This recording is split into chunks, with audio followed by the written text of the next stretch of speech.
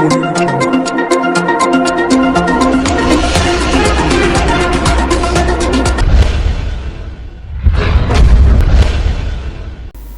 To Akshara TV news బులెటిన్ల ముందుగా headlines.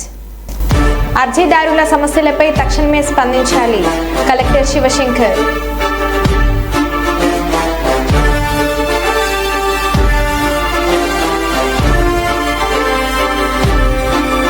తమ తండ్రి జ్ఞాపకార్థంగా విగ్రహాన్ని ఏర్పాటు చేసి పలువురికి ఆదర్శంగా నిలిచిన కుమారులు.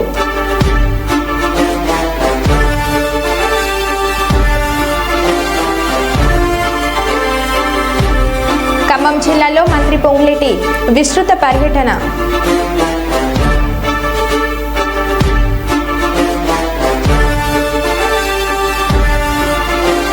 నాగార్జున యాదవ్ను అరెస్ట్ చేసిన కుప్పం పోలీసులు.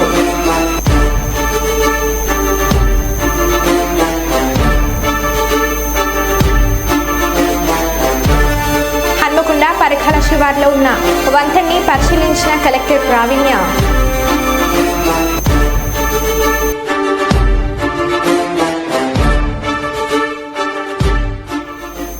ఇక వివరాల్లోకి వెళ్తే ఖమ్మం జిల్లా నేలకొండపల్లి మండలంలో రెవెన్యూ శాఖ మంత్రి పొంగులేటి శ్రీనివాసరెడ్డి విస్తృతంగా పర్యటించి పలు అభివృద్ధి పనులకు శంకుస్థాపన చేశారు. నేలకొండపల్లిలో సైడ్ రోడ్, బొందులబండలో బీటీ రోడ్డు, ప్రభుత్వ ఆసుపత్రి, ప్రహారీ గోడ నిర్మాణ పనులకు మంత్రి శంకుస్థాపన చేశారు. ఈ సందర్భంగా ఆయన మాట్లాడుతూ గ్రామాల అభివృద్ధికి ప్రభుత్వం కట్టుబడి ఉందన్నారు. అభివృద్ధి పనులను వేగవంతం పూర్తి చేయాలని అధికారులను ఆయన ఆదేశించారు.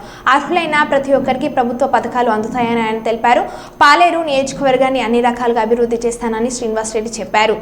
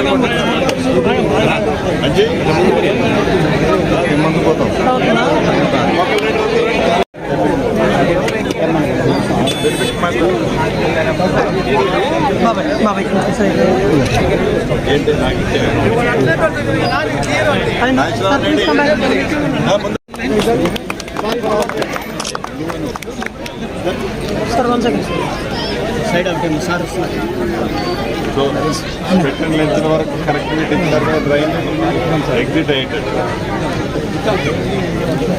ఎక్కడ కానీ గ్యాప్ ఉంటే ఎండలని చిన్న పీస్ వదిలేస్తే దాంతో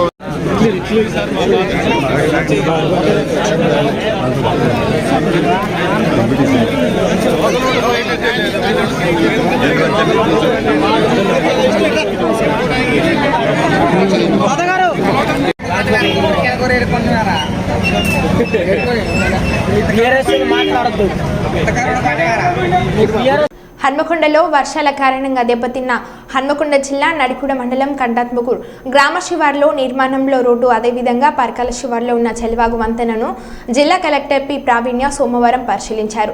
కంటాత్మకూర్ వద్ద ఉన్న వాగుల నుండి వరద ఉధృతంగా పోతుండటంతో దెబ్బతిన్న కాజ్వేను కలెక్టర్ సందర్శించి అక్కడి వంతెనను, రోడ్డు నిర్మాణానికి సంబంధించిన వివరాలను ఆర్ఎండ్బిఈ సురేష్ బాబు ఇతర అధికారులను కలెక్టర్ అడిగి తెలుసుకున్నారు. వరద ప్రవాహం గురించి, అక్కడి పంటలకు సంబంధించిన వివరాలను స్థానిక రైతులు కలెక్టర్కు వివరించారు.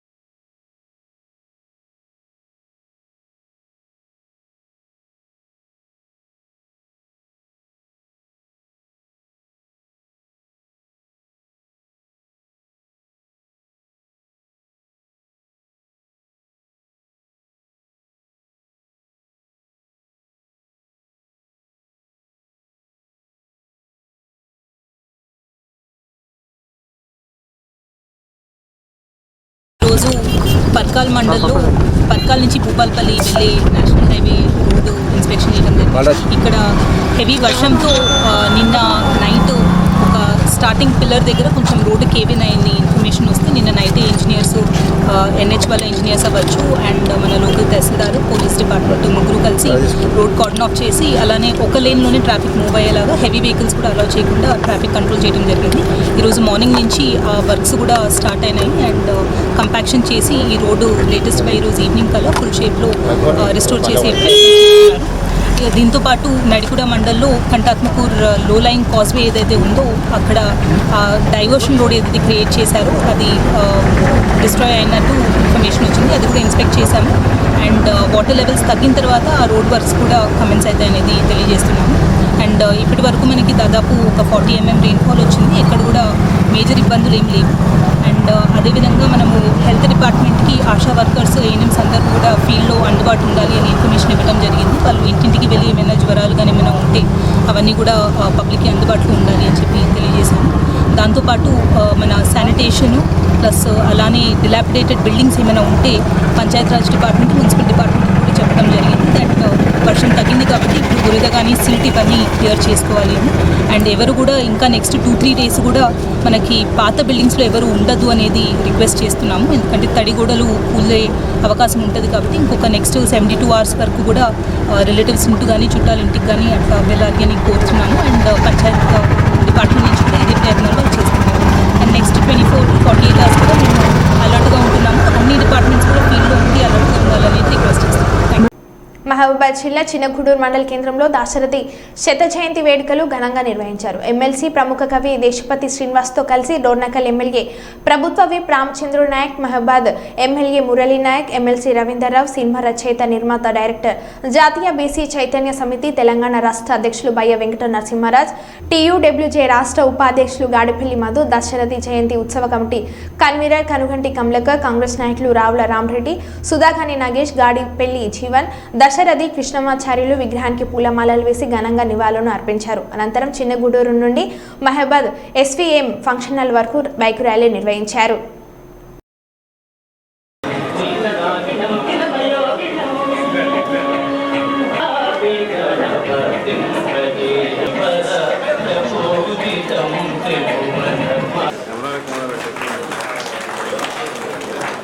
గట్టిగా చప్పట్లతో మన అశోకాన్ని తెలియజేద్దామండి.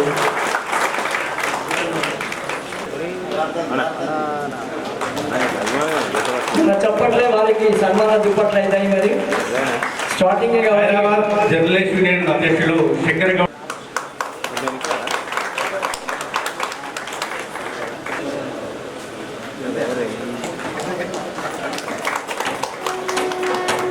బ్రహ్మాండంగా ఇప్పుడు అద్భుతమైన కార్యక్రమం చిన్నగూడూరులో జరిగింది.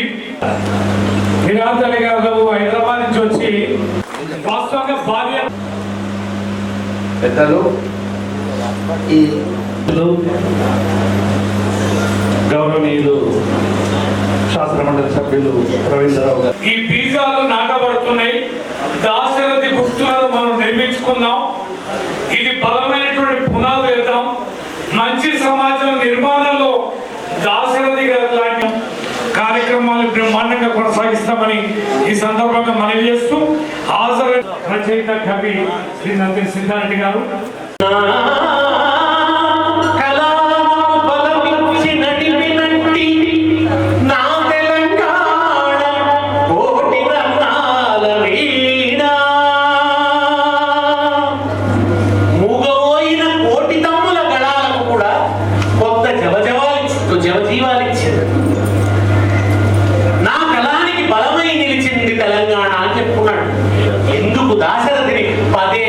పదే గుర్తు చేసుకోవాలంటే దాశరథి అంటే తెలంగాణ, తెలంగాణ అంటే దాశరథి. తెలంగాణ అస్తిత్వాన్ని, తెలంగాణను తన ఆత్మలో ప్రతిష్ఠించుకున్నాడు. తెలంగాణ అస్తిత్వాన్ని సాహిత్యంలో విశ్వరూపంతో ప్రతిష్ఠించాడు. తెలంగాణ భూమిని పొందుతాడు. 3 కోట్ల దేవతలందు 1 కోటి మంది వసించడి హఠకావని భూమి అన్నాడు. ఆ రోజు 1 కోటి మంది జనాభా తెలంగాణ. ఏమంటాడు తెలిసిన ఆయన? 3 కోట్ల దేవతలు కదా, అందులో 1 కోటి మంది మా తెలంగాణలో. మా సోదరుడు గుణగంటి కమలాకర్ గారికి, అదేవిధంగా వేదిక ముందు దాశరథి కృష్ణమాచార్యుల అభిమానులకు మరి కుటుంబ సభ్యులందరికీ పేరు పేరు నమస్కారం తెలియజేస్తున్నాను. ముఖ్యంగా నేను చెప్పాలనుకునేవన్నీ డైరెక్ట్గా చెప్పేసి నా మనసులో ఉన్నాయన్నీ వారి నోట బయట వచ్చేసి, కాకపోతే తెలంగాణ యువత ఆ రోజు నేను బాల్యంలో ఉన్నప్పుడు విన్న విషయాలు కావచ్చు, చూసిన కొన్ని విషయాలు కావచ్చు, ఆ రోజులు భూములన్నీ కొంతమంది చేతిలో ఉండడం, అదేవిధంగా పండించే పంటలు కూడా కొంతమందికి చేరడం అనేది వారిలో నాకు తెలిసి ఒక విప్లవం. ఈరోజు అంటే దాశరథి కృష్ణమాచార్యులు గారు కేవలం కవి మాత్రమే కనబడట్లేదు, వారిలో ఒక విప్లవకారుడు, ఒక పండితుడు, మేధావి, సత్యాన్వేషి, నిత్యాన్వేషి, అన్వేషించేవాడుగా వారు నేను అనుకుంటున్నా. ఎందుకంటే వారి పుస్తకాల పేర్లు కూడా రుద్ర వీణ, రుద్ర అంటే రక్తం, రక్తంతో తడిసిన వీణ, ఇక అది ఎలాంటి పాటలు పాడుతుందో మీకు తెలుసు. అదేవిధంగా అగ్నిధార, మరి అగ్నిధార అలాంటి టైటిల్స్, ఆ టైటిల్లోనే వారి ఆలోచన విధానాలు మనకు తెలిసే విధంగా తెలుస్తూ ఉంది. ముఖ్యంగా మాకు దేవులపల్లి ప్రభాకర్ గారిని ఒక తెలుగు పండితులు ఉండేవారు ఇంటర్మీడియట్లో, వారు అష్టావధాని శతావధాని. వారు ఒకరోజు అష్టావధానం మా కాలేజీలో పెడుతుంటే నేను కూడా ఏదో తెలుసుకోవాలని ఆ తెలుగు నేను సైన్స్ స్టూడెంట్, నేను డాక్టర్ కావాలి లక్ష్యంతో పోయినని. ఛత్తీస్గఢ్ రాష్ట్రంలోని ఆర్లపెంట పంచాయతీ కిస్తారం గ్రామానికి చెందిన రవ్వ భీముడు కొన్ని నెలలుగా అనారోగ్యంతో బాధపడుతున్నాడు. తీవ్ర అస్వస్థకు గురి కావడంతో కుటుంబ సభ్యులు భద్రాచలం ప్రైవేట్ ఆసుపత్రిలో చేర్పించారు. ఖర్చులు పెరగడంతో కుటుంబ సభ్యులు భద్రాచలం ప్రైవేట్ ఆసుపత్రి నుండి చికిత్స కోసం రోగిని బైగాకు తీసుకువెళ్లారు. కొన్ని రోజుల పాటు చికిత్స అనంతరం రోగి మృతి చెందాడు. మృతదేహాన్ని స్వగ్రహం ఆర్లపెంటకు తీసుకురావాల్సి వచ్చింది. తిగాన్పల్లి నుంచి స్వగ్రామం ఆర్లపెంట పంచాయతీ కిస్తారం వరకు కల్వట్టు దాటేందుకు 20 కిలోమీటర్ల అడవి మార్గంలో నడిచి మృతదేహంను తీసుకొని వెళ్లారు.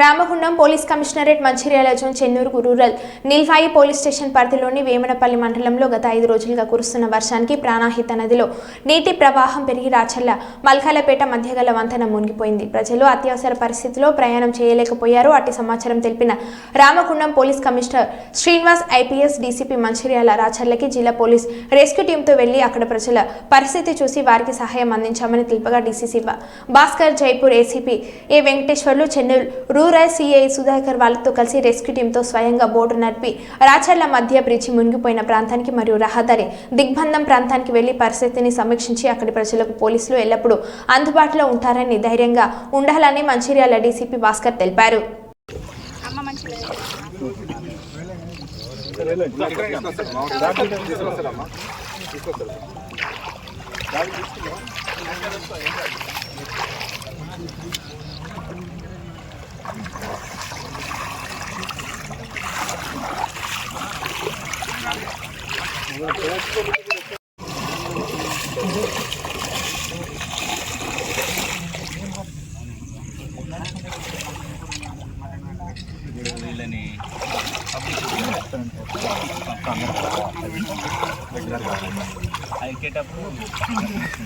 ఓకే సార్ వచ్చేసాయి.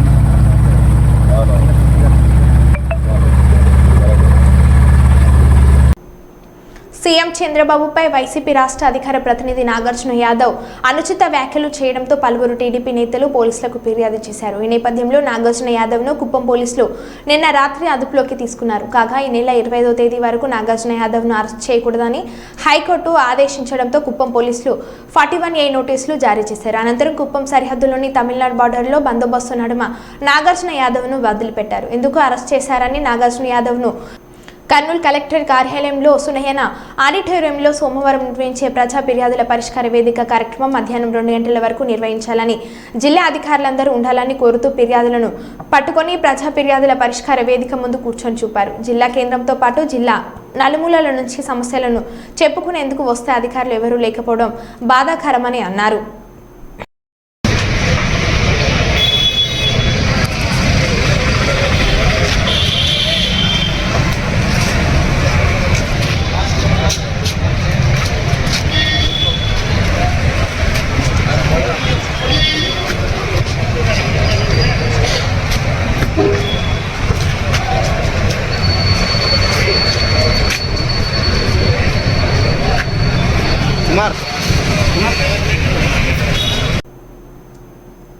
భద్రాద్రి రామయ్య సన్నిధిలో గత 40 రోజులుగా భక్తులు స్వామివారికి హుండీల ద్వారా సమర్పించిన ఆదాయం 1,21,44,579 రూపాయలు వచ్చింది. సోమవారం ఉదయం నుంచి సాయంత్రం వరకు సుమారు 300 మంది భక్తులు, స్వచ్ఛంద సేవ సంస్థ సభ్యులు, ఆలయ అర్చకులు, సిబ్బంది ఆలయ హుండీ లెక్కింపులో పాల్గొన్నారు. ఆలయ కార్యనిర్వహణాధికారి ఎల్ రమాదేవి ఆధ్వర్యంలో సీసీ కెమెరాల పర్యవేక్షణలో పోలీస్ బందోబస్తు నడుమ ఆలయ లెక్కింపు జరిగింది. గత 40 రోజుల హుండీ ఆదాయం 1,21,44,579 రూపాయలు రాగా బంగారం 104 గ్రాములు, వెండి 805 గ్రాములు, ఇతర దేశాల కరెన్సీ కూడా కానుకలుగా వచ్చినట్లు ఆలయ కార్యనిర్వహణాధికారి రమాదేవి తెలిపారు.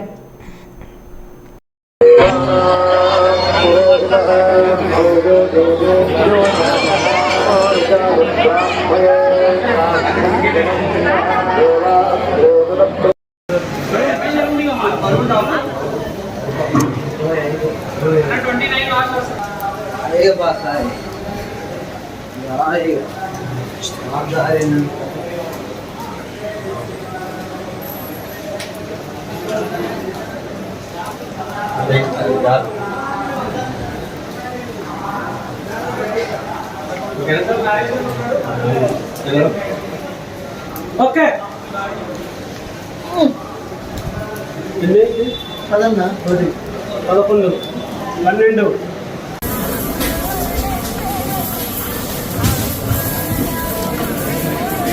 బండిల్స్ తెచ్చేవారు 150 బ్యాంకు వారికి వేయండి.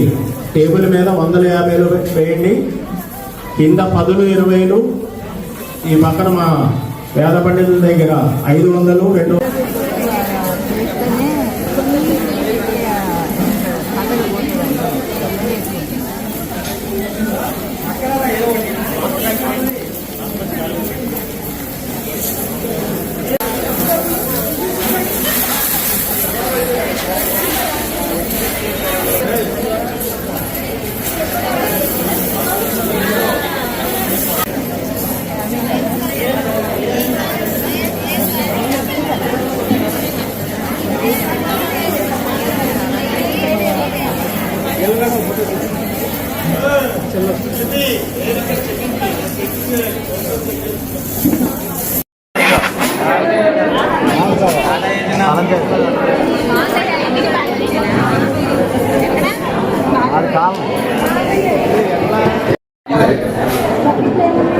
డబ్బులను బకెట్ క్యాష్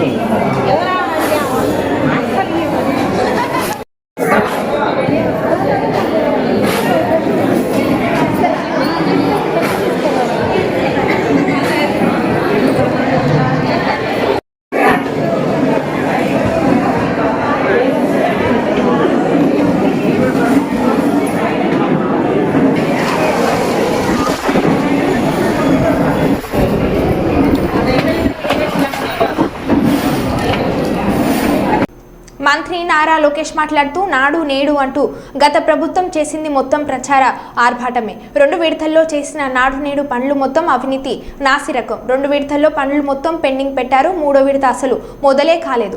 900 కోట్ల పెండింగ్ బిల్లులు పెట్టి వెళ్లారు. ఖర్చు పెట్టిన దాంట్లో మొత్తం అవినీతి జరిగింది. దానిపైన విచారణ జరుగుతుంది. గత ప్రభుత్వం అస్తవ్యస్త విధానాలతో 72,000 మంది విద్యార్థులు ప్రభుత్వ బడుల నుంచి వెళ్లిపోయారు అని అన్నారు. మొదటి ప్రశ్నకి సమాధానం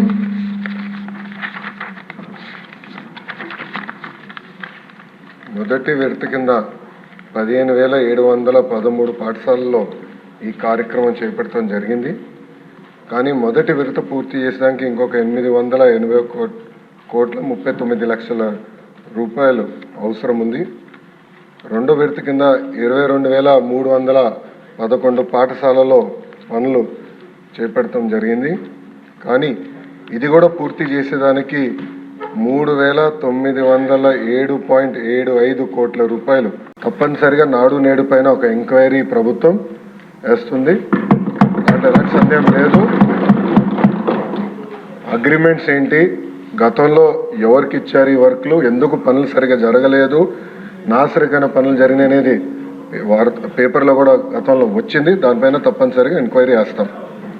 రెండోది సాంబశివరావు గారు చెప్పినట్లు ఫేజ్ 1లో కొన్ని భవనాలు కట్టారు, కానీ అది మూసేశారు, అంటే వాడట్లేదు.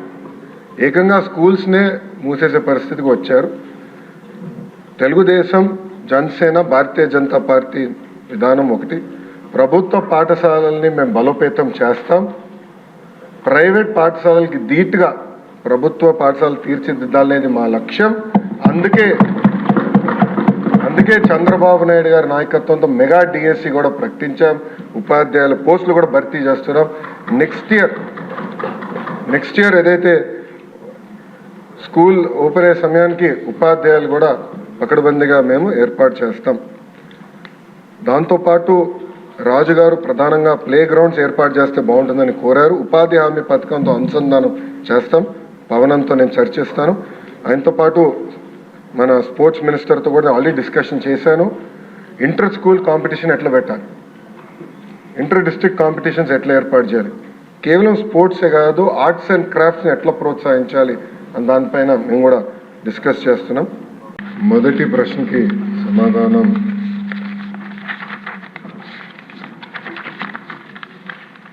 మొదటి విడత కింద 15,713 పాఠశాలల్లో ఈ కార్యక్రమం చేపట్టడం జరిగింది. కానీ మొదటి విడత పూర్తి చేసడానికి ఇంకొక 880 కోట్ల 39 లక్షల రూపాయలు అవసరం ఉంది. రెండో విడత కింద 22,311 పాఠశాలలో పనులు చేపట్టడం జరిగింది. కానీ ఇది కూడా పూర్తి చేసేదానికి 3,907.75 కోట్ల రూపాయలు. మరో బులెటిన్లో మళ్ళీ కలుద్దాం. Stay tune.